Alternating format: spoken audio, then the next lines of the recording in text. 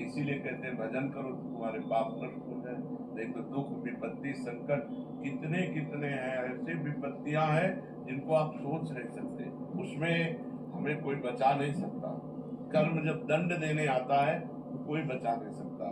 इसलिए हम पहले पाप कर्मों से डरें, कोई ऐसा पाप कर्म ना करे जो परिणाम में हमें भयंकर दुख दे, क्योंकि जब परिणाम आएगा तब आप नहीं समझ पाएंगे।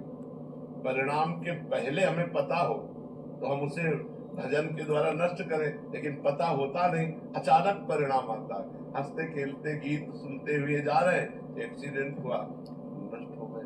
इसलिए बहुत सावधान, नाम जप करो, मांस मत खाओ, शराब मत पियो, किसी की हिंसा मत करो, पराई बहन बेटियों के साथ गंदे आचरण मत करो। नहीं, इनका जब परिणाम आएगा तब बहुत बुरा परिणाम आता है और फिर आदमी विचलित हो जाता है, सह नहीं पाता है।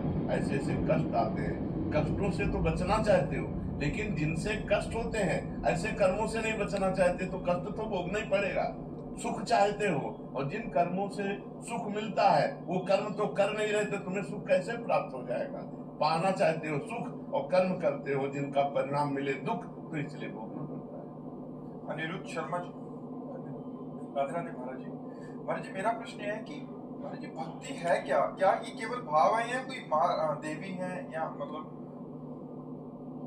वैसे प्रगट में तो भक्ति महारानी है ही, भगवान की प्रिया है, लेकिन एक मार्ग है। जैसे प्रभु हमारे स्वामी, प्रभु हमारे प्रीतम, वही भक्ति है और वो आपको भगवान से जोड़ती है। जैसे माया जनित भाव संसार से जोड़ता है, भगवान से हटा देता है, और भक्ति जनित भाव संसार से हटा करके उसे भगवान में जोड़ देता है। तो ये भाव है, आंतरिक भाव है। और वैसे प्रगट रूप में इनका स्थान भगवान के समीप ही है, क्योंकि भगवान की प्रिया है। भक्ति प्रियो माधवा, भगवान को भक्ति बहुत प्रिय है, भगवान की प्रिया है। ये भक्ति भगवान की प्रिया है। जैसे माया भी भगवान की है, माया भी भगवान की पत्नी तो है, भगवान को मायापति कहा गया कि नहीं कहा गया। ऐसे भगवान की प्रिय जो माया से भी अधिक प्रिय है वो भक्ति है। माया ने भगवान को अधीन नहीं किया, कभी ऐसा नहीं आया। जीव को अधीन किया, लेकिन भक्ति ने भगवान को अधीन कर दिया। भक्तों ने भक्ति के प्रभाव से भगवान को अपने बस में कर लिया, अपने बस कर राखे रामू।